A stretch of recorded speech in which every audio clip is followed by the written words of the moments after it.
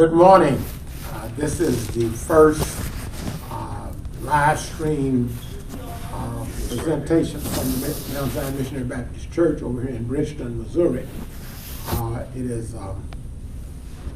It's interesting because this is my first time even presenting something in this format. But this is Bible study, so let's begin with the prayer. Lord God, we thank you and we praise you for the privilege that's ours to share your word. I ask that you would give me clarity of mind, clarity of understanding, so that your word can be presented not only in an intelligible way, but we be presented in a way by which all who hear will understand. Bless us in our efforts in this new venture, and bless us in this time. Bless all who have tuned in. Bless all who are here. We ask these blessings in Jesus' name. Amen. Amen. Again, I want to say good morning. We have been studying in the book of Genesis, and today's lesson will come from Genesis chapter 40, where we find Joseph in prison, and everyone is aware that this story is a part of a broader story of the patriarchs of Genesis. They are called the fathers: Abraham, Isaac, Jacob, and Joseph being the 11th son of Jacob, who has been dealt a horrible injury on the part of his brothers. You remember the story. Joseph is envied. Let's just say it straight up. He's despised by his brothers because he is his father's favorite. His father does him an injustice, trying to be nice and trying to show his love by giving him a coat of many colors, yet he did not give the other brothers a coat of many colors. And as a result, every time they saw him in this coat, the expression of favor from his father is presented. You are aware the boys are sent out to take care of the flock, and they are delayed in their return. So father sends Joseph to go and observe what's going on and then come back and tell it. So they see him coming, and the record says when they see him, they said, here comes that dreamer. We know it's him because that's his coat. You know what? I'm so sick of him, says one of the brothers. Let's kill him and let's put him in this pit, and we'll see. You know, he's always telling us about these dumb dreams where he's lording over us. We'll see if we kill him whether or not he will realize the dreams. What will happen to his dreams then? Well, it turns out that one of the brothers said, let's don't kill him, let's don't kill him. However, you are aware that God intervenes, and they put him in the pit. They take his robe from him, and at that particular time, some slave traders on their way to Egypt comes by. Let's sell him. Let's make a little money off of him, and we don't have to kill him, but let's sell him. And they sell Joseph into slavery, and Joseph is taken to Egypt. The story that follows finds Joseph at Potiphar's house, and the Lord is with him. He prospers. Potiphar is the magistrate over all of the prisons. And while Joseph is a slave, Joseph rises to prominence in Potiphar's house. And as he moves and executes his job, he's noticed by Potiphar's wife. And she is attracted to him. And as he performs his duties, she begins to seek after him and begins to tell him of her desires. And Joseph refuses. He tells her point blank, everything in Potiphar's house is under my hands, but you are not in the mix. He is your husband, you are his wife. I will not involve myself in your plot nor in your plans. And so on one occasion he comes into the house and she says, you're going to do it today or else. And she grabs him, and in his attempt to pull himself away from her, she catches on to his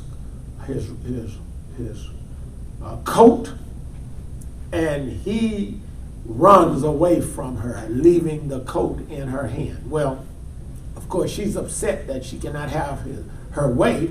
So what she does is she lies on him. She accuses him of behavior that was not his behavior.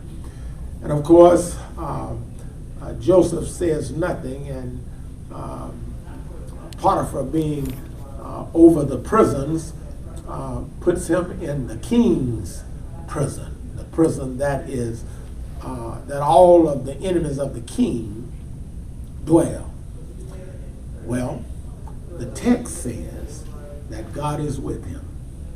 That's a key phrase, because the writer suggests that whatever the circumstances are, if God is with you, you will prosper. And that's what happens with Joseph. He's in prison, and in fact, in prison, the prison guard, the prison warden, makes Joseph second in command. And in fact, Joseph is so proficient in the management of the prison that everything in the prison is now under his hand. The warden leaves everything to Joseph to administer. And he prospers. He has left Potiphar's house. He's now in prison, but he prospers. Now, that is a point that need be lifted, because whenever a situation arises, it doesn't mean that all is going to be well. However, if God is with you, everything is going to ultimately work out. He was in Potiphar's house, and everything went well. He's now in prison, but all goes well. He is the assistant warden, if you want to give him a title. Well, in this prison, there is a butler and a baker who come as prisoners. They are servants of the Pharaoh.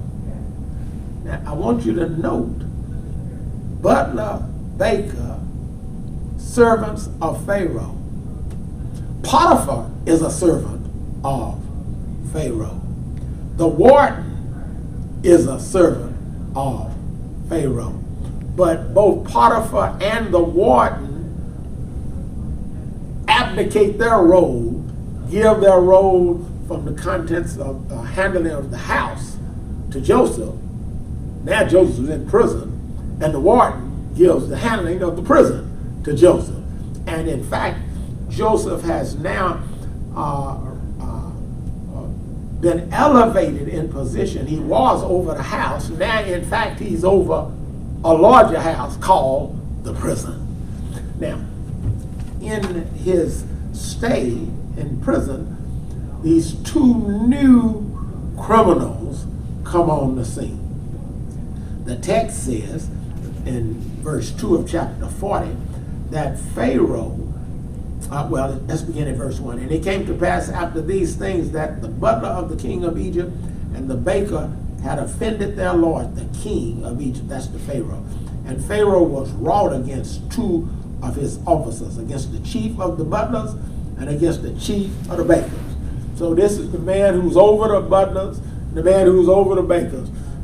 Wow, I wonder who's going to be fixing the food and who's going to be cleaning the house. But it don't matter. The text doesn't get us there. It just says these are two prominent men in Pharaoh's court, and Pharaoh is upset with them. And the problem is, it's not a good thing to be in opposition to the Pharaoh. Don't do nothing that's going to be upset with him. You know, we kind of got a Pharaoh around. We got a person who thinks he's a Pharaoh even in America, but that causes digression. The text says the two men Joseph cared for. The warden put them in the ward in the house of the captain of the guard into the prison, the place where Joseph was also bound. But remember now, Joseph, while a prisoner, is over all of the inmates. Now that's cold-blooded. Now, watch this. These two men, Joseph pays close attention to. He nurtures them, and he's kind to them. He, of course, being the chief of the butler and the chief of the baker, they used to be in high position. Now they are in prison, and as they're in prison, this is a tremendous change of fortune, and so they're depressed, they're distraught, they are upset, and Joseph tends to them, if you will. And it turns out that these two men have a dream, and this is strange. They both have a dream. It says both of them, each man his dream in one night, each man according to the interpretation of his dream, the butler and the baker of the king of Egypt, which was bound in the prison. And Joseph came in unto them in the morning and looked upon them, and behold, they were sad because of the dream. I don't know if you've ever had a dream. And I've never had a dream where I woke up and was sad. I've had dreams where I woke up and was happy. And maybe I just have had all happy dreams, but I hope you have not had sad dreams. But most dreams are not sad. However, the chief butler and the chief baker have a sad dream. And this is the chief butler tells Joseph his dream. Listen, let me digress a little bit. As Joseph is trying to help them, they are sad, they are distraught, and Joseph asked these two officers of Pharaoh, why are you so sad? What's wrong with you? And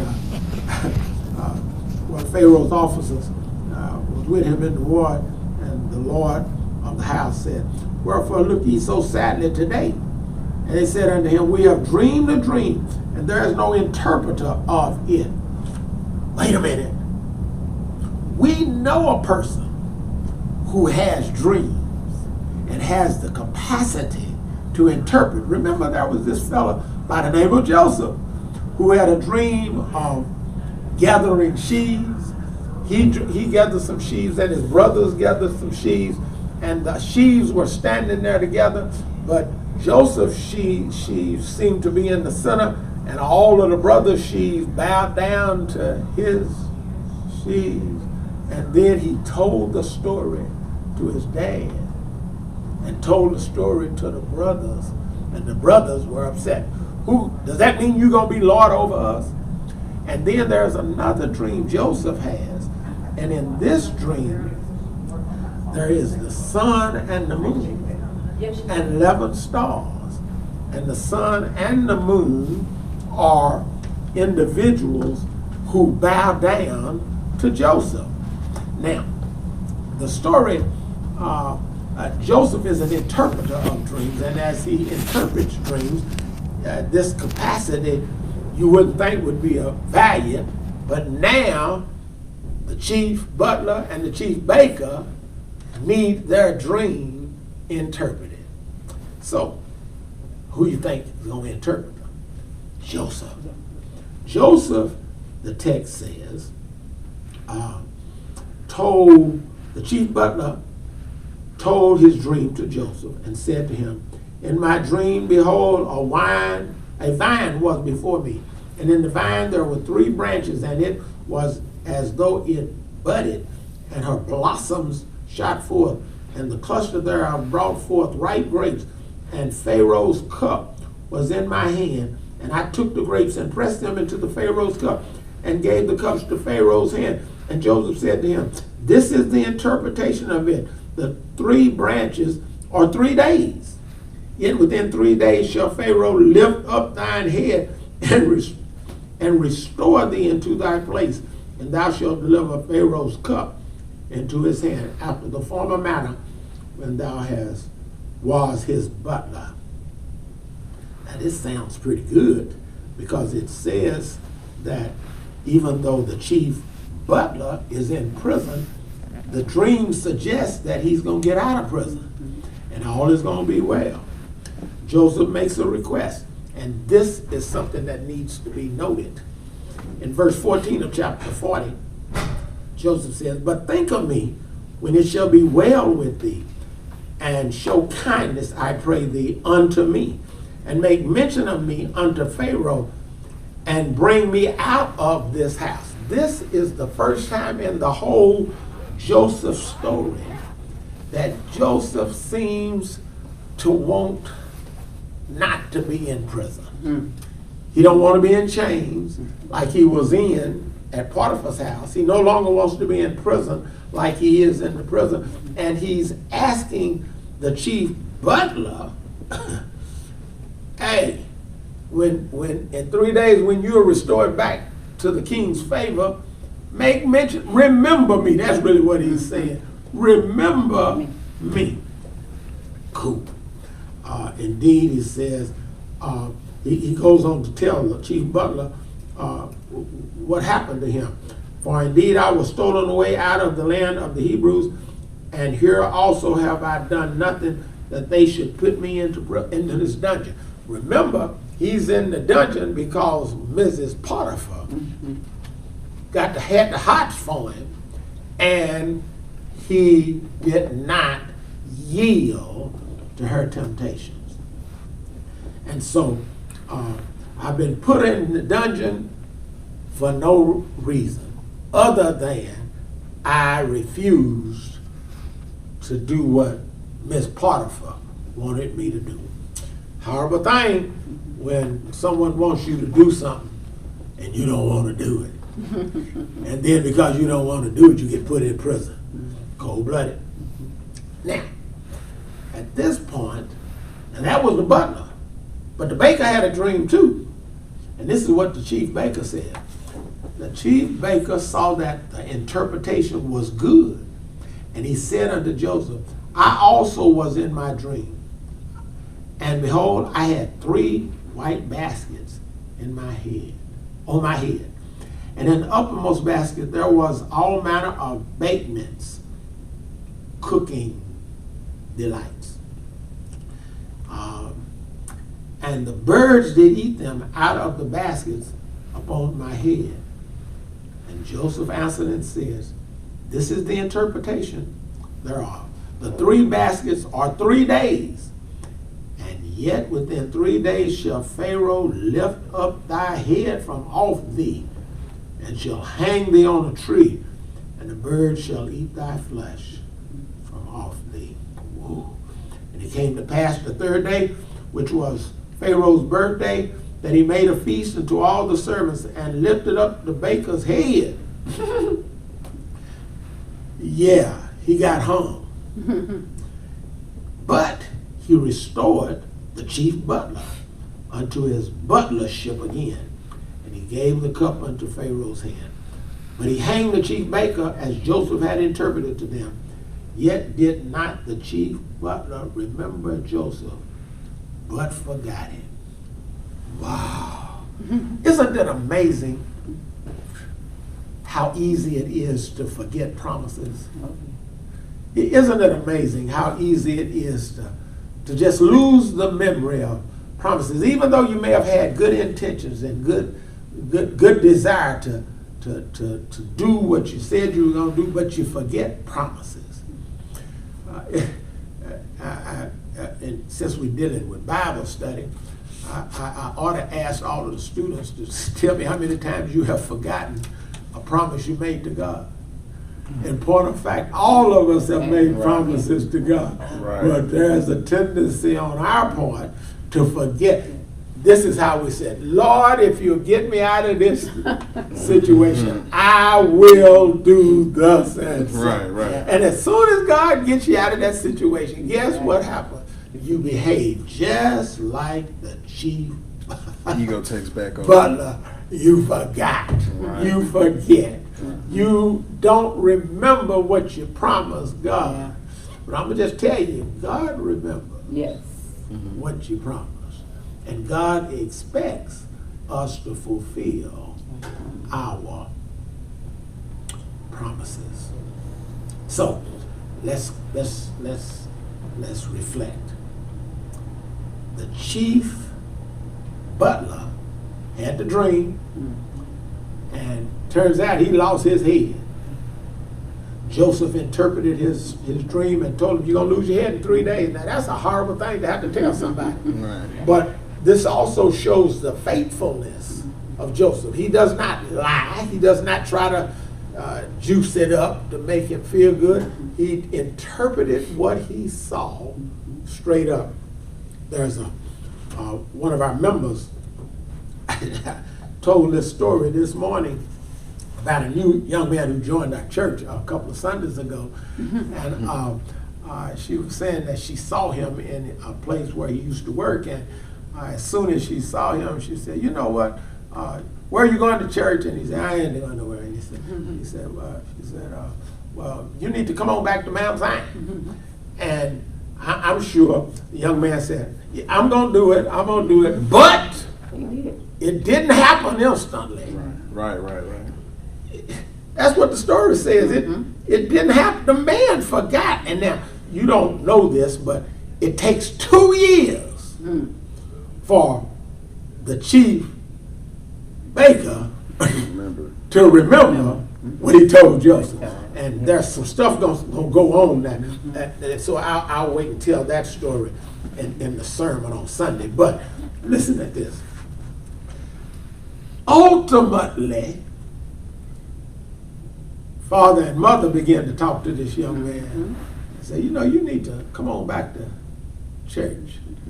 And I don't know, but now this is just my speculation. But I just believe all of a sudden memory kicked in. I promised a lady in the church that I was going to come back to church.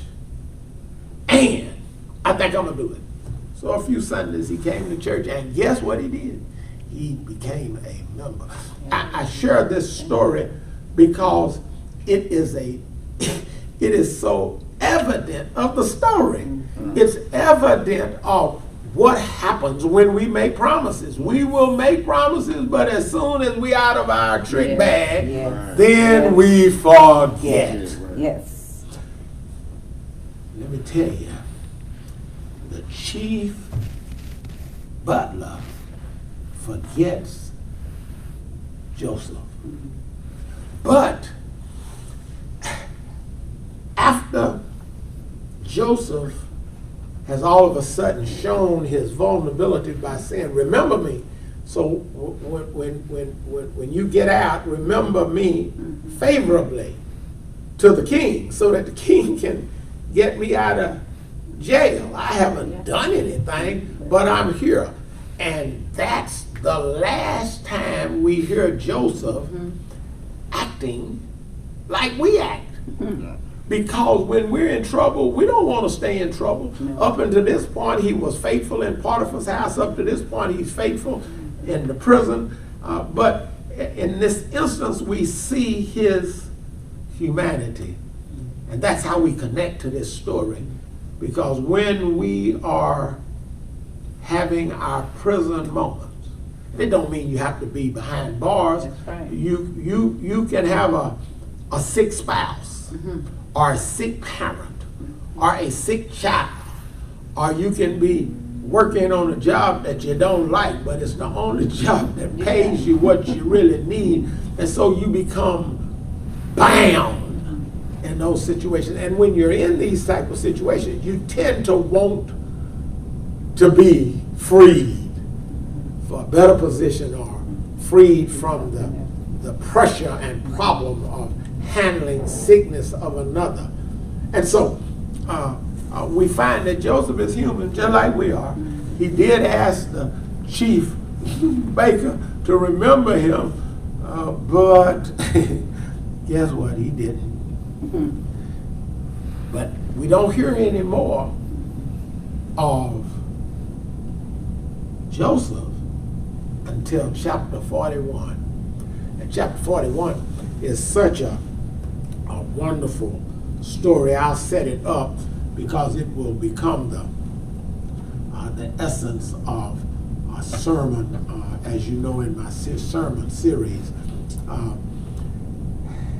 After 2 years, the Pharaoh has 2 dreams. 41 says, it came to pass at the end of 2 full years that Pharaoh dreamed. And behold, he stood by the river. And behold, there came up out of the river 7 well-favored kin and fat-fleshed, and they fed in the meadows. I don't know what this fat-fleshed thing is, but let me just say it sounds like it's a pig-like animal. Comes up out of the water, and it goes and it feeds in the meadow. And behold, 7 other kin came up after them out of the river, ill-favored and lean-fleshed, and stood by the other kin upon the brink of the river. And the ill-favored and lean-fleshed kin did eat up the 7 well-flavored and fat kin. So Pharaoh awoke. And he slept and dreamed a second time. And behold, 7 ears of corn came up upon one stalk, rank and good. In fact, they were lush.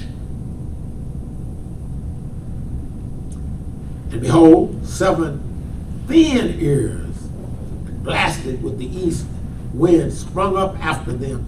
And the 7 thin ears devoured the 7 rank and full ears.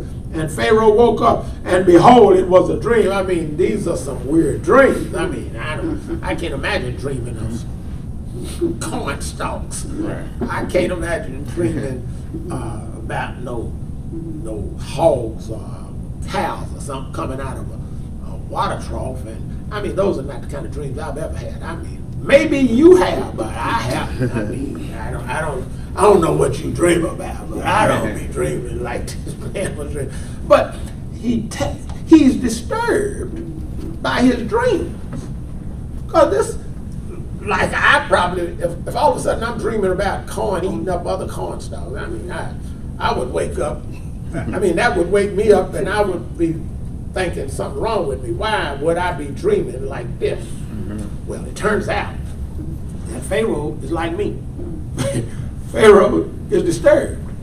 And Pharaoh wonders. It says, and it came to pass in the morning that his spirit was troubled, and he sent and called for all the magicians of Egypt. Now, you need to understand, in Egypt time, magicians were thought to have special gifts of interpretation, because they could do this magic thing. You know, they would put hot things in their mouth, and then they could blow out hot fire.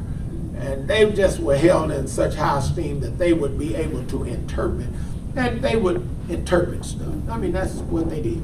So I got some people are just now tuning in. They were wondering exactly what chapters you're teaching from today. That's a wonderful question, and I'm sorry. You know, this is really just like Bible study. You come late, and then y'all have to change my presentation so that you are brought up to speed. I'm in chapter 40 and chapter 41 of Genesis. We're talking about Joseph and his dreams to the chief butler and chief baker, and the chief butler has been killed. He got his head cut off, and he died on the tree. And the chief baker has been restored to his position. 2 years later, after the Pharaoh has dreamed these crazy dreams, now the Pharaoh is asking for somebody to interpret his dreams. Yeah. But guess what? The magicians can't interpret the dreams. But there is a person in the kingdom. He's over there in the prison. And guess what happens? The chief baker said, I was in prison 2 years ago, and there was this inmate who kind of was running the prison. And he interpreted my dream, and it came to pass. And maybe, just maybe, he can interpret your dream. He was spot on. When I told him my dream, by the way, you remember that horrible butler that you had? You know, the one who was eating up the steaks and stuff, and he drinking your stuff. You found out about him. He was in prison with me, just like but this inmate, what's his name? Joseph. That's what his name was, and he interpreted my dream, and he interpreted his dream, and what he told us is exactly what came to pass. Well, maybe he can interpret your dreams. This is what he was told by the chief baker. For the text says in verse 9, Then spake the chief butler unto Pharaoh, saying, I do remember my fault this day. Pharaoh was wroth with his servants and put me in ward in the captain of the guard's house. That's prison. Both me and mine. I'm reading in chapter 41 of Genesis, but I recognize some have come in late, but that's all right. Chapter 41, verse 9. And watch this. Then spake the chief butler unto the Pharaoh, saying, I do remember my fault this day. And then he recounts his dream. Pharaoh was upset with his servant and put me in ward in the captain of the guard's house, both me and the chief baker. And we dreamed a dream in one night, I and he. We dreamed each man according to the interpretation of his dream. And there was there with us a young man, a Hebrew servant to the captain of the guard. And he told him, and the interpreter told us our dream. We told him to each man according to his dream. And he did interpret the dreams. It came to pass as he interpreted to us, so it was. Me, he restored unto my office, and him got hanged. You remember you hanged him. And then Pharaoh sends and calls Joseph.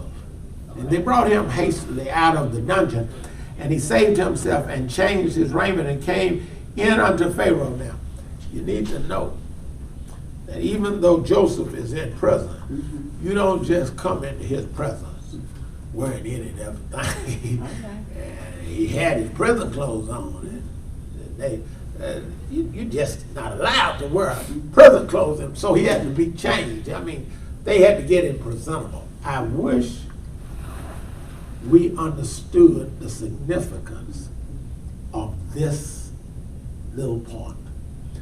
Joseph could not come into the presence of the Pharaoh just any kind of way, because Pharaoh is the leader.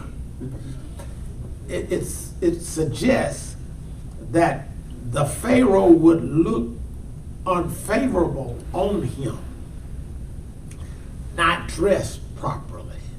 Oh, can I go off on? Can I just digress there just a little bit? Yes. Because there's another Pharaoh. Can I tell you who he is? His name is God. All right.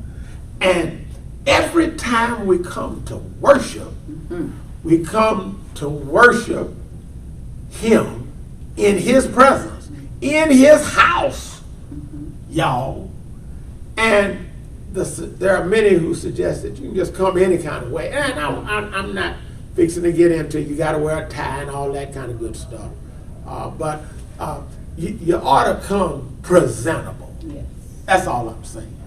But I think there's something even more to the dress or to the presence than just the raiment you wear. All right.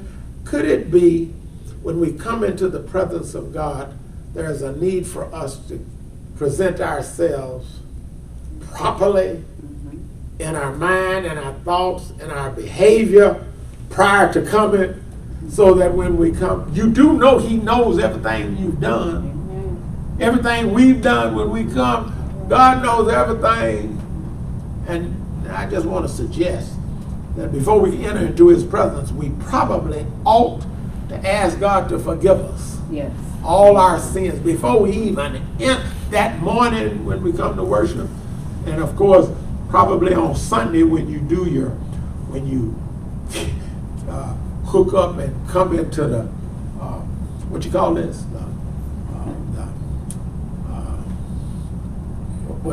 James, what is this Oh, this right here, Mevo. yeah, when you come into the presence of the on-screen actor, on-screen preacher, me. Televangelist. I'm in my tele-teaching mode, and Sunday I'll be in my tele-evangelist mode. But that's all right. All is going to be well. Amen. But before you come into the presence of even the TV, you got to recognize that you will be coming into the very presence of God. God is always with you. Yes. Before you get out of bed on Sunday morning, next time you tune in, you ought to say, Lord, I know you know everything about me, and I'm sorry. Will you forgive me for my misbehavior? Because all of us misbehave, don't we? Yes. One of my students over here saying, yes, okay, I'm not going to identify her, but all right. So here it is. They spruce Joseph up, put him in some decent clothes, and Pharaoh says unto Joseph, this is in 41 verse 15. I have dreamed a dream, and there is none that can interpret it. And I have heard said of thee that thou can understand a dream to interpret it. Even though it's 2 years later, now I have to stop here because this is really a cold-blooded thought. Excuse me. That's some good coffee. It's one of the advantages of being an on-screen actor. You get to drink coffee in front of everybody. Anyhow, even though it took 2 years, God was still in the plan. And because God was still in the plan, Joseph doesn't come in fussing. Yeah, I told you to remember me. 2 years later, you finally get around to it. He does not go off on the chief baker. He just comes in. And in fact, as you read the text, it looks as if he comes in under on his best behavior. He doesn't come in fussing and cussing. Now you done told the man his dream, and it comes to pass, and you told him to remember you. Now 2 years later, he finally remembers. I wonder what would you have said? I suspect we all would have been a little distraught. Right. We'd all been a little upset with him, but not Joseph. He says, Joseph answers the Pharaoh saying, it is not in me. Now listen to this. The chief baker has said, the man interpreted my dreams and it happened just like he interpreted. Likewise with the chief butler. But listen to Joseph. He takes no credit. Listen at this. And Joseph answers, that's verse 16 of chapter 41. And Joseph answers Pharaoh saying, it's not in me. God shall give Pharaoh an answer of peace. Amen. Listen at this. Joseph does not assume the responsibility of interpreting the dreams. He does not assume the capacity. He does not exalt himself. Oh, now y'all don't see this. Right. He gives the credit to the one to whom credit is due. Can I put a pin right there? How often has God blessed us? And we didn't say a mumbling word. Look what I did. Look what I accomplished. Look how I got out of that mess. Look how I have arrived. Look at who? Not God, but look at me. How often do we behave just the opposite of Joseph's behavior? In my dream, he said, God shall give Pharaoh an answer of peace. Now he's going to give me the answer, and then I'm going to tell you. But don't think it's me. This is God's doing. Now, a second point I think that needs to be lifted up here is he's been in prison for 2 additional years. Right. I mean, that's enough to get you kind of upset. Riled up. A little, little disgruntled. You don't have real good feelings after being left in prison for 2 years, and you didn't do nothing in the first place. You and now after 2 years, God ain't showing me no more dreams. Ain't nothing good happened to me, but now finally I'm in the presence of Pharaoh, and Pharaoh says, well, I understand you can interpret dreams, and Joseph is not upset with anybody, and it doesn't even appear that Joseph is upset with God. One thing that God does is when God shows you favor, and the recurring theme of this text is, and God was with him. Amen. God was with Joseph. God was with him. Joseph doesn't appear to be upset with God.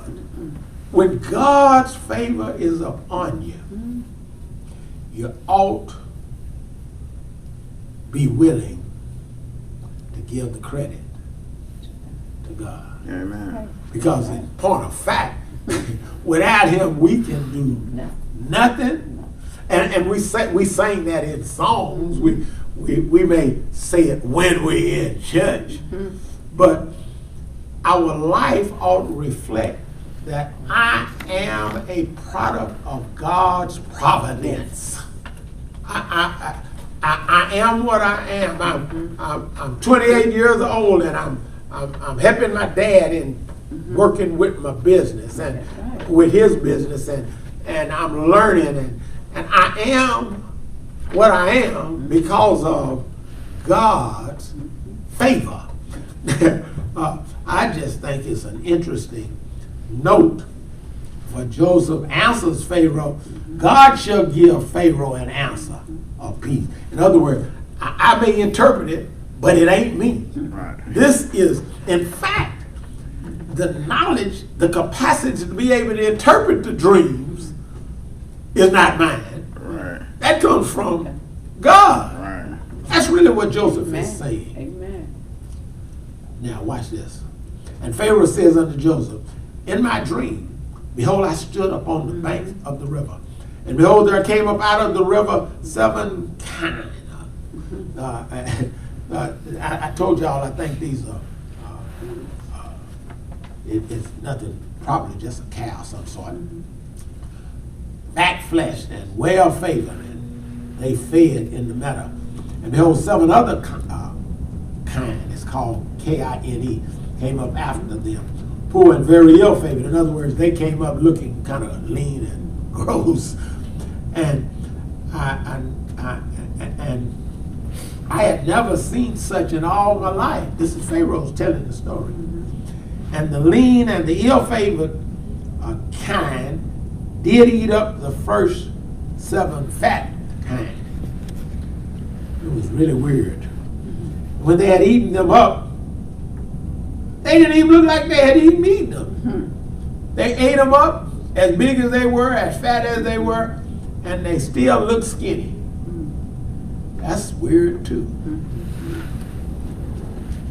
And as at the beginning, so I woke. I woke up.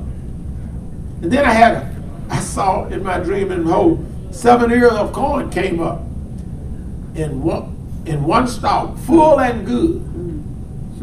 And behold, 7 ears withered thin and blasted with the east wind sprung up after them. And the thin ears devoured the 7 good ears. And I told this unto the magicians, that there was none that could declare it to me. Wow.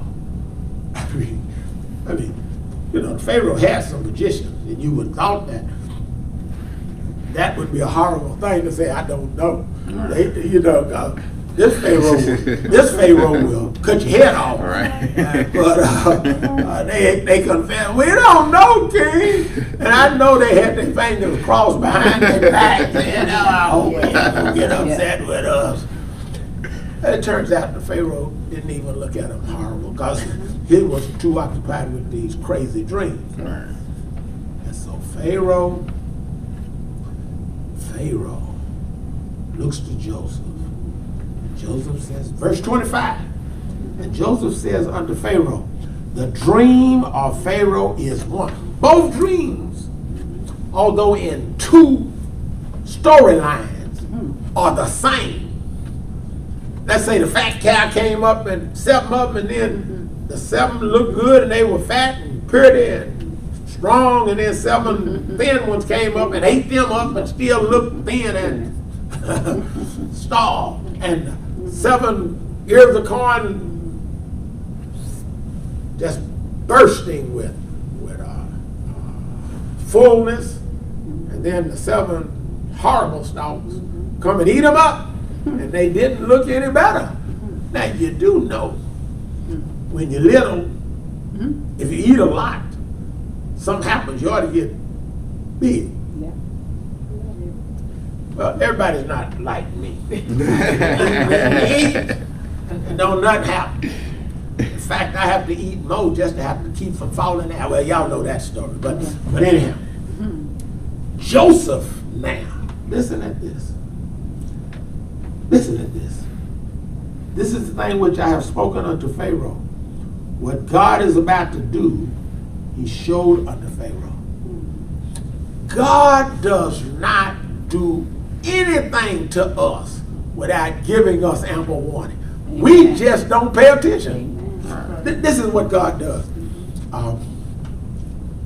We know we're not supposed to be speeding. We go down the highway going too fast, ain't that right, James? Of course. And then we get to the intersection and the light has been yellow because we saw it half a block away, and it's been yellow. And we know we all know. It's something in our head says you ought to maybe stop. Right. But we don't. And we blast on through. Now, if many times we do that and don't nothing happen. And then it becomes a habit, don't it? Because you see, when you do one wrong and don't nothing happen, you begin to repeat those wrongs. And then all of a sudden, boom! Catch up with The Lord gets a little bit upset with you. Right. And say, hey, you know what? I've been trying to tell you something here. I really wish I had time to go into all that I need. You have a question? I do. Okay, what? I know you say God always warns us. I have dreams just about every single night. What? You a dreamer? I'm a dreamer. I just want to know, do you have a coat of colors? you Josephine. But Okay. I've always been a dreamer, even when I was a little kid. So is there somebody today that can interpret these? Because sometimes they get to be kind of crazy. And I need to go get them interpreted. I mean, is there... I would tell y'all who's asking these questions, but you would know that the secretary normally asks, where's your buddy? Anyway, I said earlier that we all dream, and sometimes we all have dreams. And we don't have anybody right now like a Joseph who can, and if you go to what is it on your internet, www.interpret.com. Is that a real thing? I've done that too. You've done that? Yeah, you can go and Google, dream interpretation. Dream interpretation. Yeah. And they got all, and they want you to pay them to do it too. No, but some of the stuff that I dream is not even out there for me to see. So sometimes I do think God is trying to tell me something through these dreams. Mm-hmm. I just don't know what it is. Well, just keep praying and waiting. Now, I would suggest you pray the following prayer. Lord, I know you speak to us. Mm-hmm. And I know you speak to us in different ways. I've been having these weird dreams. Please help me understand them. And I'll wait for you to do that. Hopefully you'll do it soon. I mean, that's just a simple prayer. Amen. And the Lord will, if that's what he desires to do, he will answer your prayer. Okay. You got a question? Oh, no, I do not right now. Okay, how about you? All right.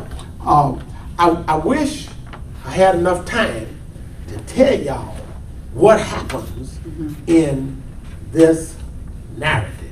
But you'll have to tune in on Sunday because I'll finish this story in my sermon on Sunday because the remaining story is very, very, very exciting. Something wonderful is about to happen to Joseph. And I know you would say, well, it's about time because he's been having bad luck for the past few years. He goes to Potiphar's house and then he gets kicked out of Potiphar's house because he's not interested in the wife. And then she lies and he ends up in prison. And then he interprets two dreams of two other inmates. And he asks one to remember him before the king. And man forgets him. And 2 years later, I mean, he's had problems. But something is fixing to happen. Everything's fixing to change. And I wish I could tell you. But you'll have to tune in next time. For I just can't tell it all. This is Pastor O.K. Patterson, pastor of the Mount Zion Missionary Baptist Church. This is our live stream of Bible study, but this coming Sunday, which will be the 29th of March, we will have our first live service, and we certainly would encourage you to come and share with us. We will be sending out information concerning how to tune in and how to you can participate in this new adventure of Bible study and worship. Let's close our sharing today. Lord, we thank you and we praise you just for this new opportunity. We thank you for those who have given of their time and insight and labor to create this capacity. And now, as we use this media, grant that all who share will be blessed. We thank you, we love you, we adore you. We ask your choice blessings on us and even those who listen in. And I ask that you have moved in their understanding, that they have heard and have understood what has been shared in this time. Bless us, we pray, for Christ's sake. Amen. Amen. Amen. I'm through. Amen. Bye. Amen.